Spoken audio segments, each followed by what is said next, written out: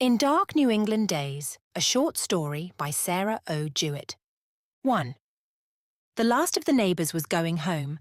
Officious Mrs. Peter Downs had lingered late and sought for additional housework with which to prolong her stay. She had talked incessantly and buzzed like a busy bee as she helped to put away the best crockery after the funeral supper, while the sisters Betsey and Hannah Knowles grew every moment more forbidding and unwilling to speak. They lighted a solitary small oil lamp at last, as if for Sunday evening idleness, and put it on the side table in the kitchen. "We ain't intending to make a late evening of it," announced Betsey, the elder, standing before Mrs. Downs in an expectant final way, making an irresistible opportunity for saying good night. "I'm sure we're more than obleeged to ye, ain't we, Hannah? But I don't feel's if we ought to keep ye longer. We ain't going to do no more tonight, but set down a spell and kind of collect ourselves, and then make for bed."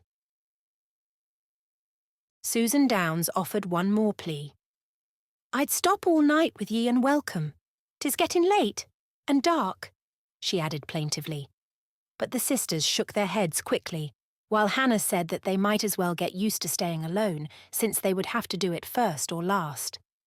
In spite of herself, Mrs. Downs was obliged to put on her funeral best bonnet and shawl and start on her homeward way.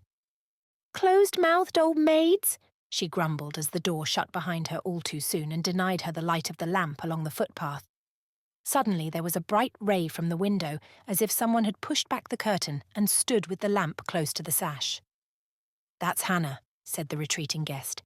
"She'd told me something about things I know, if it hadn't have been for Betsey.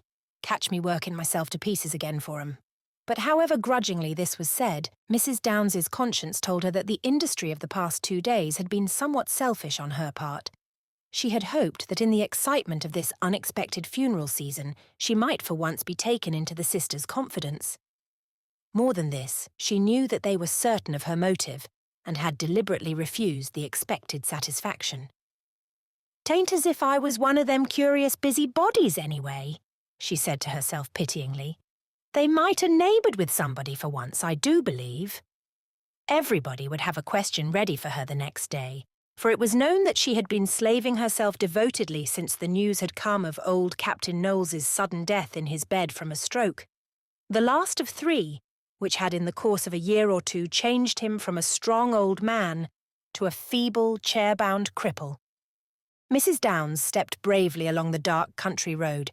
She could see a light in her own kitchen window half a mile away, and did not stop to notice either the penetrating dampness or the shadowy woods at her right. It was a cloudy night, but there was a dim light over the open fields. She had a disposition of mind towards the exciting circumstances of death and burial, and was in request at such times among her neighbours. In this she was like a city person who prefers tragedy to comedy, but not having the semblance within her reach, she made the most of looking on at real griefs and departures. Someone was walking towards her in the road. Suddenly she heard footsteps. The figure stopped. Then it came forward again. "Oh, 'tis you, ain't it?" with a tone of disappointment. "I callated you'd stop all night. It had got to be so late, and I was just going over to the Knowles gals. Well, to kind o' ask how they be, and—" Mr. Peter Downs was evidently counting on his visit. "They never passed me the compliment," replied the wife. "I declare I didn't covet the walk home. I'm most beat out being on foot so much. I was most put out with them for lettin' of me see quite so plain that my room was better than my company. But I don't know's I blame 'em. They want to look and see what they've got, and kind of git by theirselves, I expect. 'Twas natural." Mrs. Downs knew that her husband would resent her first statements, being a sensitive and grumbling man. She had formed a pacific habit of suiting her remarks to his point of view, to save an outburst. He contented himself with calling the Knowles girls hoggish, and put a direct question as to whether they had let fall any words about their situation, but Martha Downs was obliged to answer in the negative. "Was Enoch Holt there after the folks come back from the grave?" "He wa'n't. They never give him no encouragement neither." "He appeared well, I must say," continued Peter Downs. "He took his place next, but one behind us in the procession, long of Melinda Dutch, and walked to and from with her, give her his arm, and then I never see him after we got back, but I thought he might be somewhere in the house and I was out about the barn and so on. They was civil to him. I was by when he come, just stepping out of the bedroom after we'd finished laying the old cap'n into his coffin. Hannah looked real pleased when she see Enoch, as if she hadn't really expected him, but Betsy stuck out her hands if it was an eend aboard and drawed her face solemner than ever.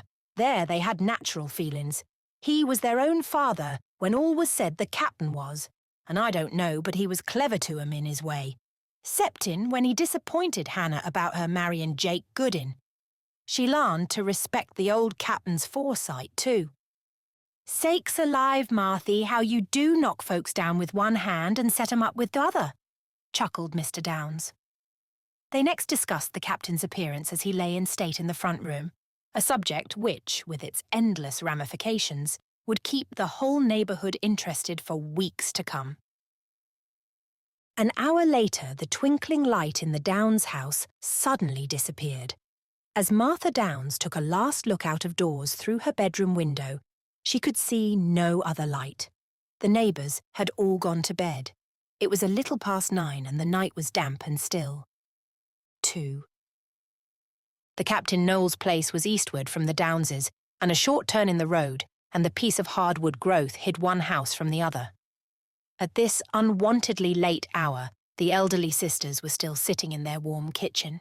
There were bright coals under the singing tea kettle which hung from the crane by 3 or 4 long pothooks. Betsy Knowles objected when her sister offered to put on more wood. Father never liked to leave no grate of a fire, even though he slept right here in the bedroom. He said this floor was one that would light and catch easy, you remember. Another winter we can move down and take the bedroom ourselves. 'Twill be warmer for us, suggested Hannah, but Betsy shook her head doubtfully. The thought of their old father's grave, unwatched and undefended in the outermost dark field, filled their hearts with a strange tenderness. They had been his dutiful, patient slaves, and it seemed like disloyalty to have abandoned the poor shape, to be sitting there disregarding the 1,000 requirements and services of the past. More than all, they were facing a free future. They were their own mistresses at last, though past 60 years of age. Hannah was still a child at heart. She chased away a dread suspicion when Betsy forbade the wood, lest this elder sister, who favoured their father's looks, might take his place as stern ruler of the household. "Betsy," said the younger sister suddenly, "we'll have us a cook stove, won't we, next winter? I expect we're going to have something to do with—" Betsy did not answer. It was impossible to say whether she truly felt grief or only assumed it. She had been sober and silent for the most part since she routed neighbour Downs, though she answered her sister's prattling questions with patience and sympathy. Now, she rose from her chair and went to one of the windows and, pushing back the sash curtain, pulled the wooden shutter across and hasped it. "I ain't going to bed just yet," she explained. "I've been awaiting to make sure nobody was coming in. I don't know's there'll be any better time to look in the chest and see what we've got to depend on. We never'll get no chance to do it by day." Hannah looked frightened for a moment, then nodded and turned to the opposite window and pulled that shutter with much difficulty. It had always caught and hitched and been provoking, a warped piece of red oak, when even-grained white pine would have saved strength and patience to 3 generations of the Knowles race. Then the sisters crossed the kitchen and opened the bedroom door. Hannah shivered a little as the colder air struck her and her heart beat loudly. Perhaps it was the same with Betsy. The bedroom was clean and orderly for the funeral guests. Instead of the blue homespun, there was a beautifully quilted white coverlet which had been part of their mother's wedding furnishing, and this made the bedstead with its 4 low posts look unfamiliar and awesome. The lamplight shone through the kitchen door behind them, not very bright at best, but Betsy reached under the bed, and with all the strength she could muster pulled out the end of a great sea chest. The sisters tugged together and pushed, and made the most of their strength before they finally brought it through the narrow door into the kitchen. The solemnity of the deed made them both whisper as they talked, and Hannah did not dare to say what was in her timid heart, that she would rather brave discovery by daylight than such a feeling of being disapprovingly watched now in the dead of night. There came a slight sound outside the house, which made her look anxiously at Betsy, but Betsy remained tranquil. "It's nothing but a stick falling down the woodpile," she answered in a contemptuous whisper. and the younger woman was reassured. Betsey reached deep into her pocket and found a great key which was worn smooth and bright like silver, and never had been trusted willingly into even her own careful hands. Hannah held the lamp, and the two thin figures bent eagerly over the lid as it opened. Their shadows were waving about the low walls and looked like strange shapes bowing and dancing behind them. The chest was stoutly timbered, as if it were built in some shipyard, and there were heavy wrought-iron hinges and a large escutcheon for the keyhole that the ship's blacksmith might have hammered out. On the top, somebody had scratched deeply the crossed lines for a game of fox and geese, which had a trivial, irreverent look, and might have been the unforgiven fault of some idle ship's boy. The sisters had hardly dared look at the chest or to signify their knowledge of its existence at unwary times. They had swept carefully about it year after year and wondered if it were indeed full of gold as the neighbours used to hint. But no matter how much found a way in, little had found the way out. They had been hampered all their lives for money, and in consequence had developed a wonderful facility for spinning and weaving, mending and making. Their small farm was an early example of intensive farming. They were allowed to use its products in a niggardly way, but the money that was paid for wool, for hay, for wood and for summer crops had all gone into the chest. The old captain was a hard master. He rarely commended and often blamed. Hannah trembled before him, but Betsey faced him sturdily, being amazingly like him, with a feminine difference. As like as a ruled person can be to a ruler, for the discipline of life had taught the man to aggress, the woman only to defend. In the chest was a fabled sum of prize money besides these slender earnings of many years. All the sisters' hard work and self-sacrifice were there in money and a mysterious largesse besides. All their lives they had been looking forward to this hour of ownership. There was a solemn hush in the house. The two sisters were safe from their neighbours, and there was no fear of interruption at such an hour in that hard-working community, tired with a day's work that had been early begun.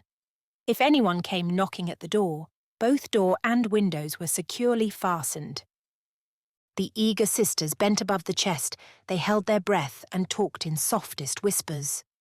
With stealthy tread, a man came out of the woods nearby. He stopped to listen, came nearer, stopped again, and then crept close to the old house. He stepped upon the banking, next the window with the warped shutter. There was a knothole in it, high above the women's heads, towards the top. As they leaned over the chest, an eager eye watched them. If they had turned that way suspiciously, the eye might have caught the flicker of the lamp and betrayed itself. No, they were too busy. The eye at the shutter watched and watched. There was a certain feeling of relief in the sisters' minds, because the contents of the chest were so commonplace at first sight. There were some old belongings dating back to their father's early days of seafaring. They unfolded a waistcoat pattern or two of figured stuff, which they had seen him fold and put away again and again.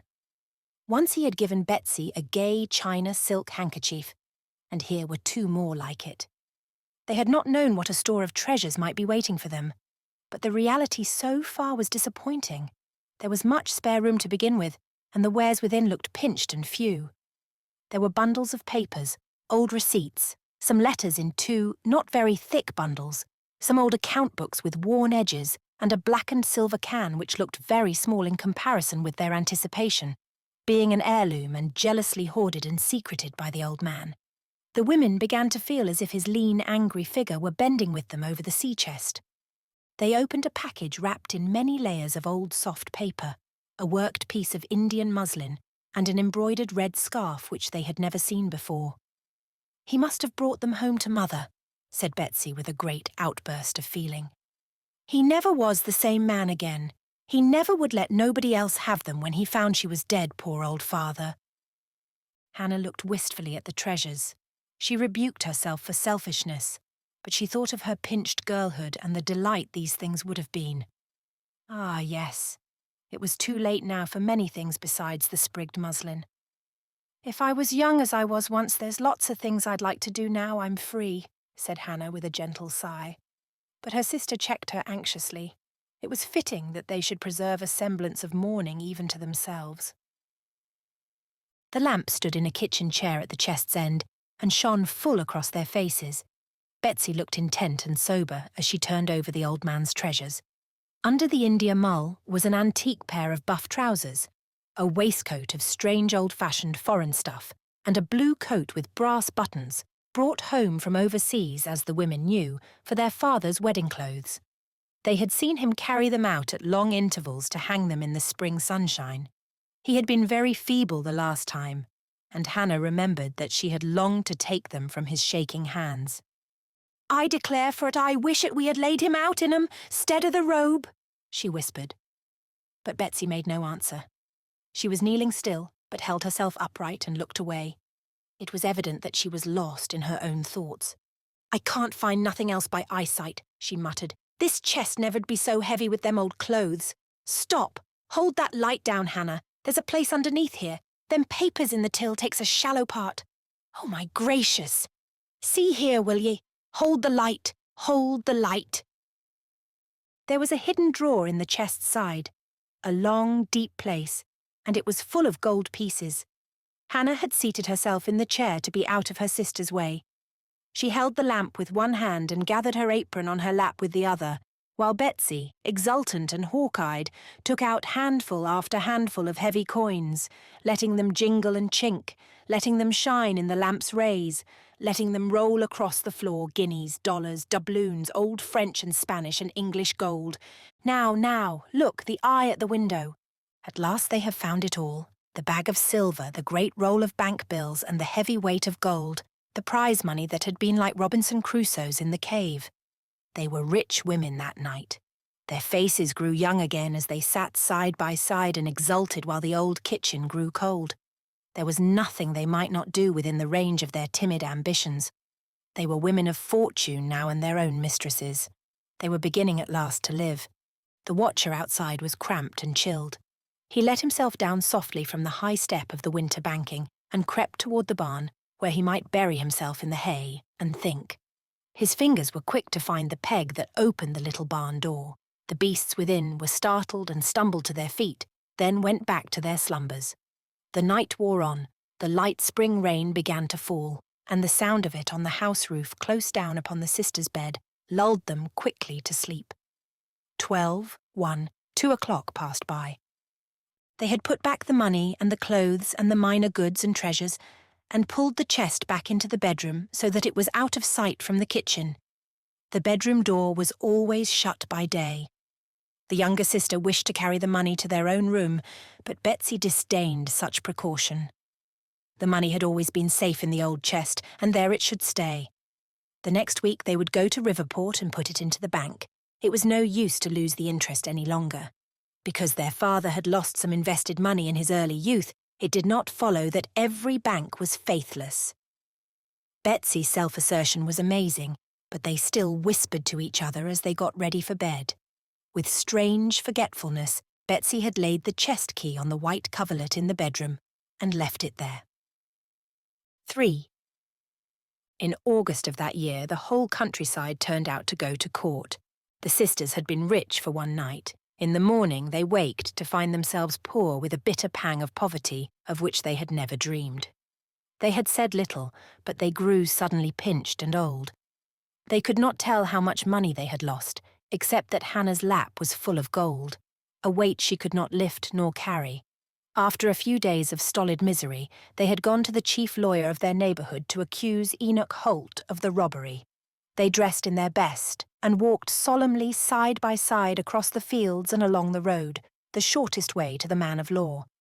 Enoch Holt's daughter saw them go as she stood in her doorway, and felt a cold shiver run through her frame as if in foreboding. Her father was not at home. He had left for Boston late on the afternoon of Captain Knowles's funeral. He had had notice the day before of the coming in of a ship in which he owned a 32nd. There was talk of selling the ship, and the owner's agent had summoned him. He had taken pains to go to the funeral because he and the old captain had been on bad terms ever since they had bought a piece of woodland together, and the captain declared himself wronged at the settling of accounts. He was growing feeble even then, and had left the business to the younger man. Enoch Holt was not a trusted man, yet he had never before been openly accused of dishonesty. He was not a professor of religion, but foremost on the secular side of church matters. Most of the men in that region were hard men. It was difficult to get money, and there was little real comfort in a community where the sterner, stingier, forbidding side of New England life was well exemplified. The proper steps had been taken by the officers of the law, and in answer to the writ, Enoch Holt appeared much shocked and very indignant, and was released on bail which covered the sum his shipping interest had brought him. The weeks had dragged by. June and July were long in passing, and here was court day at last, and all the townsfolk hastening by high roads and by-roads to the courthouse. The Knowles girls themselves had risen at break of day and walked the distance steadfastly, like two of the three fates. Who would make the third to cut the thread for their enemy's disaster? Public opinion was divided. There were many voices ready to speak on the accused man's side. A sharp-looking acquaintance left his business in Boston to swear that Holt was in his office before noon, on the day following the robbery, and that he had spent most of the night in Boston, as proved by several minor details of their interview. As for Holt's young married daughter, she was a favourite with the townsfolk, and her husband was away at sea overdue these last few weeks. She sat on one of the hard court benches with a young child in her arms, born since its father sailed. They had been more or less unlucky, the Holt family, though Enoch himself was a man of brag and bluster. All the hot August morning until the noon recess, and all the hot August afternoon, fly-teased and wretched with the heavy air, the crowd of neighbours listened to the trial. There was not much evidence brought. Everybody knew that Enoch Holt left the funeral procession hurriedly and went away on horseback towards Boston. His daughter knew no more than this. The Boston man gave his testimony impatiently, and one or two persons insisted that they saw the accused on his way at nightfall several miles from home. As the testimony came out, it all tended to prove his innocence, though public opinion was to the contrary. The Knowles sisters looked more stern and grey hour by hour. Their vengeance was not to be satisfied. Their accusation had been listened to and found wanting, but their instinctive knowledge of the matter counted for nothing. They must have been watched through the knot-hole of the shutter. Nobody had noticed it until, some years before, Enoch Holt himself had spoken of the lights shining through on a winter's night as he came towards the house. The chief proof was that nobody else could have done the deed. But why linger over pros and cons?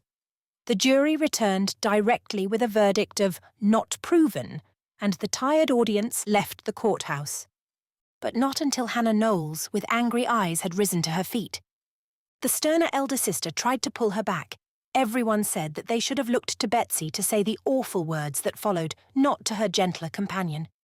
It was Hannah, broken and disappointed, who cried in a strange, high voice as Enoch Holt was passing by without a look. "You stole it, you thief! You know it in your heart!" The startled man faltered. Then he faced the women. The people who stood near seemed made of eyes as they stared to see what he would say. "I swear by my right hand I never touched it." "Curse your right hand, then!" cried Hannah Knowles, growing tall and thin like a white flame drawing upward. "Curse your right hand, yours and all your folks that follow you! May I live to see the day!" The people drew back, while for a moment accused and accuser stood face to face. Then Holt's flushed face turned white, and he shrank from the fire in those wild eyes and walked away clumsily down the courtroom. Nobody followed him. Nobody shook hands with him, or told the acquitted man that they were glad of his release. Half an hour later, Betsey and Hannah Knowles took their homeward way to begin their hard round of work again. The horizon that had widened with such glory for one night had closed round them again like an iron wall. Betsey was alarmed and excited by her sister's uncharacteristic behaviour, and she looked at her anxiously from time to time. Hannah had become the harder-faced of the two. Her disappointment was the keener, for she had kept more of the unsatisfied desires of her girlhood until that dreary morning when they found the sea chest rifled and the treasure gone. Betsey said inconsequently that it was a pity she did not have that black silk gown that would stand alone. They had planned for it over the open chest, and Hannah's was to be a handsome green. They might have worn them to court. But even the pathetic facetiousness of her elder sister did not bring a smile to Hannah Knowles's face, and the next day one was at the loom and the other at the wheel again. The neighbours talked about the curse with horror. In their minds, a fabric of sad fate was spun from the bitter words. The Knowles sisters never had worn silk gowns, and they never would. Sometimes Hannah or Betsy would stealthily look over the chest in one or the other's absence. One day, when Betsy was very old and her mind had grown feeble, she tied her own India silk handkerchief about her neck, but they never used the other two. They aired the wedding suit once every spring as long as they lived. They were both too old and forlorn to make up the India mull. Nobody knows how many times they took everything out of the heavy old clamped box and peered into every nook and corner to see if there was not a single gold piece left. They never answered anyone who made bold to speak of their misfortune. 4. Enoch Holt had been a seafaring man in his early days, and there was news that the owners of a Salem ship in which he held a small interest wished him to go out as supercargo. He was brisk and well in health, and his son-in-law, an honest but an unlucky fellow, had done less well than usual, so that nobody was surprised when Enoch made ready for his voyage. It was nearly a year after the theft, and nothing had come so near to restoring him to public favour as his apparent lack of ready money. He openly said that he put great hope in his adventure to the Spice Islands, and when he said farewell one Sunday to some members of the dispersing congregation, more than one person wished him heartily a pleasant voyage and safe return.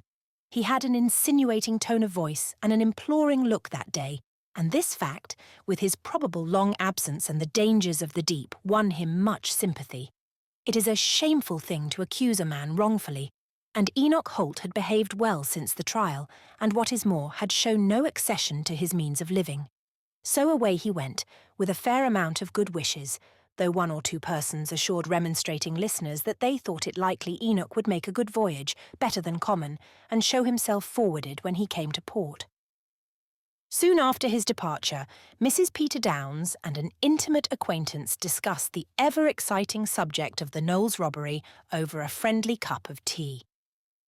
They were in the Downs kitchen, and quite by themselves. Peter Downs himself had been drawn as a juror, and had been for 2 days at the county town. Mrs. Downs was giving herself to social interests in his absence, and Mrs. Forder, an asthmatic but very companionable person, had arrived by 2 o'clock that afternoon with her knitting work, sure of being welcome. The two old friends had first talked over varied subjects of immediate concern, but when supper was nearly finished, they fell back upon the lost Knowles gold, as has been already said. "They got a dreadful blow, poor gals," wheezed Mrs. Forder with compassion. "'Twas harder for them than for most folks. They'd had a long stent with the old gentleman. Very arbitrary, very arbitrary." "Yes," answered Mrs. Downs, pushing back her teacup, then lifting it again to see if it was quite empty. "Yes, it took Halter Hannah the most. I should have said Betsy was a good deal the most set in her ways and would have been most tore up, but it wa'n't so. Lucky that Holt's folks sets on the other aisle in the meetin' house, I do consider, so they needn't face each other sure as Sabbath comes round. I see Hannah and him come face to face 2 Sabbaths afore Enoch left. So happened he dallied to have a word long a deacon good in, and him and Hannah stepped front of each other, for they knowed what they's about. I should thought her eyes had looked right through him. No one of 'em took the word. Enoch, he slinked off pretty quick." "I see 'em too," said Mrs. Forder. "Made my blood run cold." "Nothing ain't come of the curse yit." Mrs. Downs lowered the tone of her voice. "Least folks says so. It kind of worries poor Phabe Holt. Miss Dow, I would say.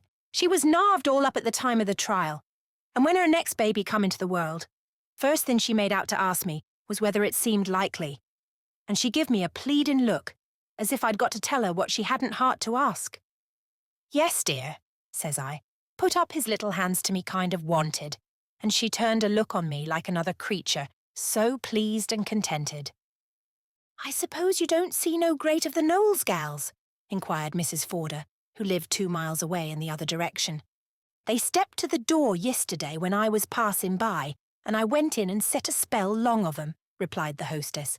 'They'd got pestered with that old loom o' theirn. For I thought, says I, ''tis all worn out, Betsy,' says I. 'Why on earth don't you get somebody to get some of your own wood and season it well so it won't warp, same's mine done, and build you a new one?' But Betsy muttered and twitched away. 'Twa'n't like her, But they're disappointed at every turn, I suppose, and feel poor where they've got the same's ever to do with. Hannah's a coffin this springs if something ailed her. I asked her if she had bad feelings in her pipes, and she said years she had, but not to speak of it before Betsey. I'm going to fix her up some horehound and elecampane quicks the grounds nice and warm, and roots livens up a grain more. They're limp and wizened long to the fust of the spring. Them would be serviceable, simmered away to a syrup long o' molasses. Now don't you think so, Miss Forder? Excellent, replied the wheezing dame. I covered a portion myself now you speak. Nothing cures my complaint, but a new remedy takes hold clever sometimes, and eases me for a spell.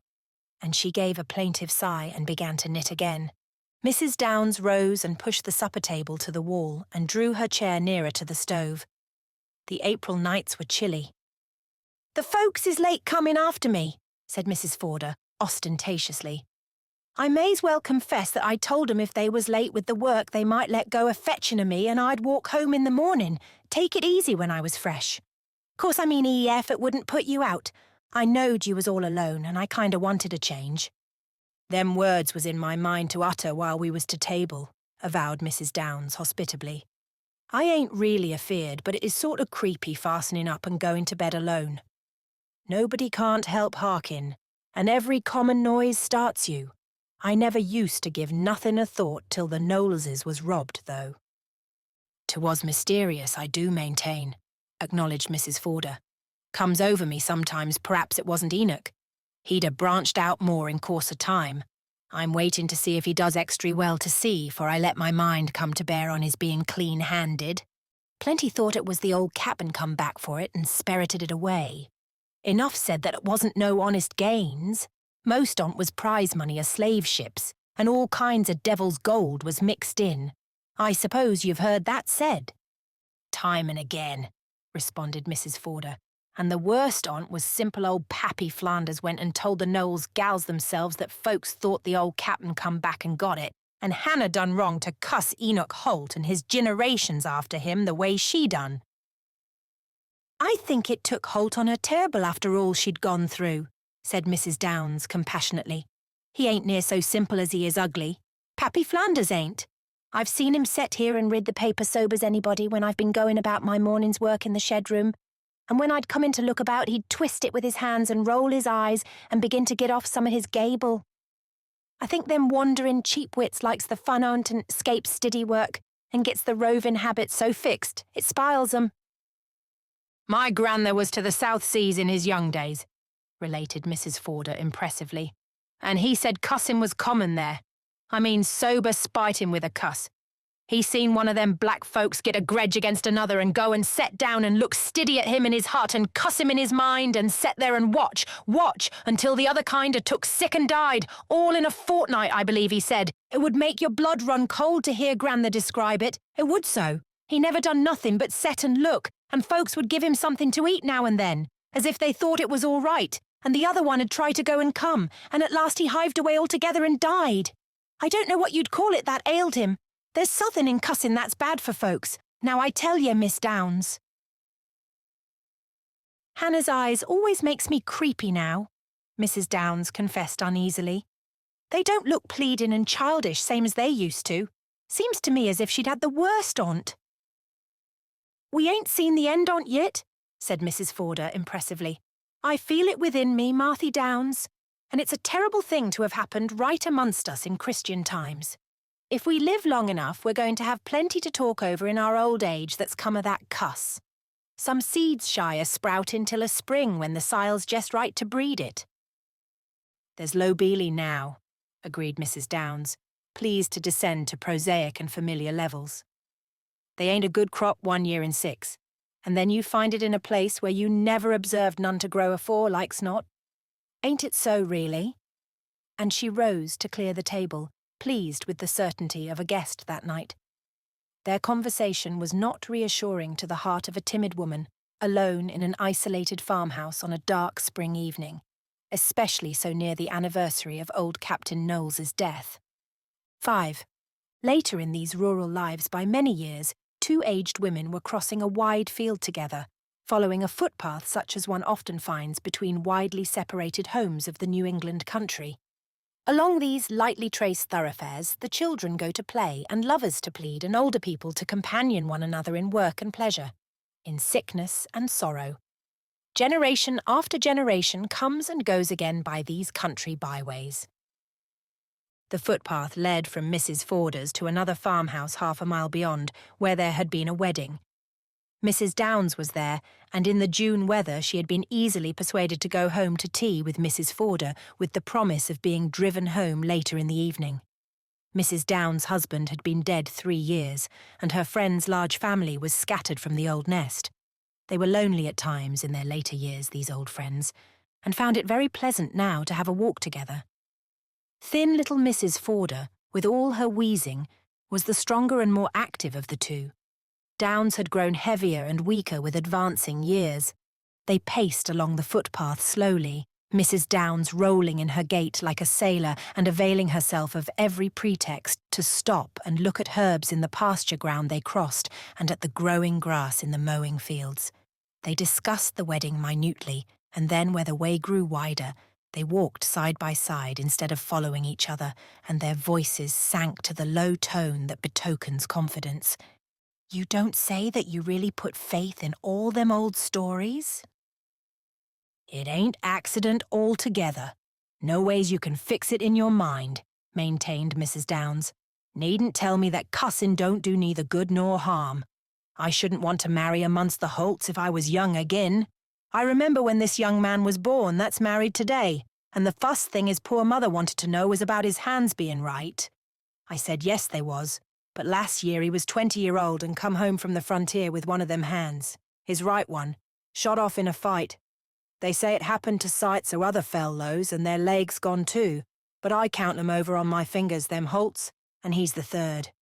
May say that it was all an accident his mother's getting throwed out of her wagon coming home from meeting, and her wrist not being set good, and she, being run down at the time, most lost it altogether. But there it is, stiffened up and no good to her.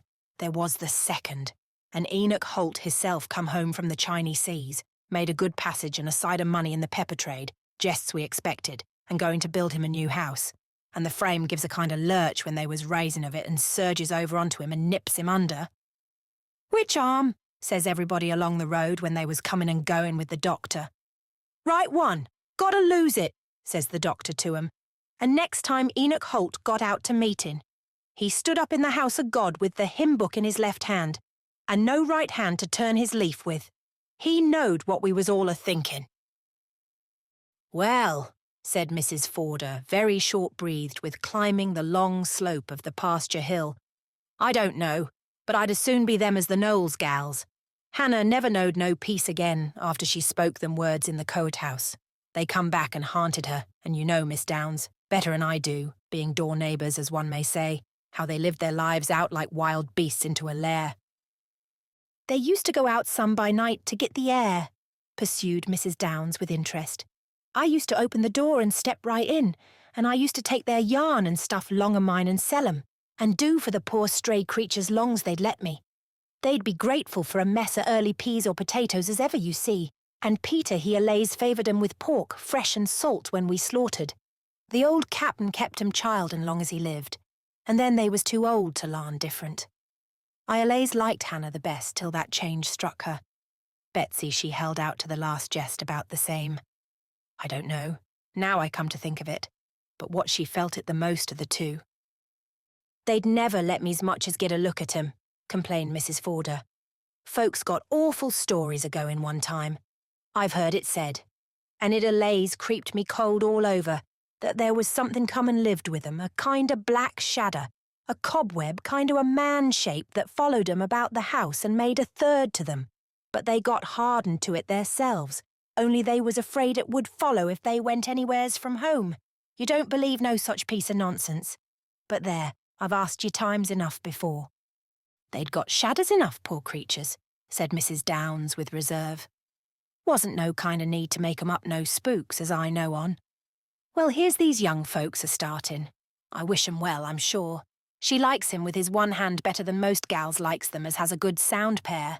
They looked prime happy. I hope no curse won't foller 'em." The friends stopped again, poor short-winded bodies, on the crest of the low hill and turned to look at the wide landscape, bewildered by the marvellous beauty and the sudden flood of golden sunset light that poured out of the western sky. They could not remember that they had ever observed the wide view before.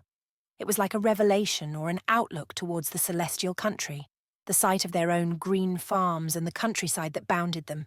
It was a pleasant country indeed, their own New England. Their petty thoughts and vain imaginings seemed futile and unrelated to so fair a scene of things. But the figure of a man who was crossing the meadow below looked like a malicious black insect. It was an old man. It was Enoch Holt. Time had worn and bent him enough to have satisfied his bitterest foe. The women could see his empty coat sleeve flutter as he walked slowly and unexpectedly in that glorious evening light.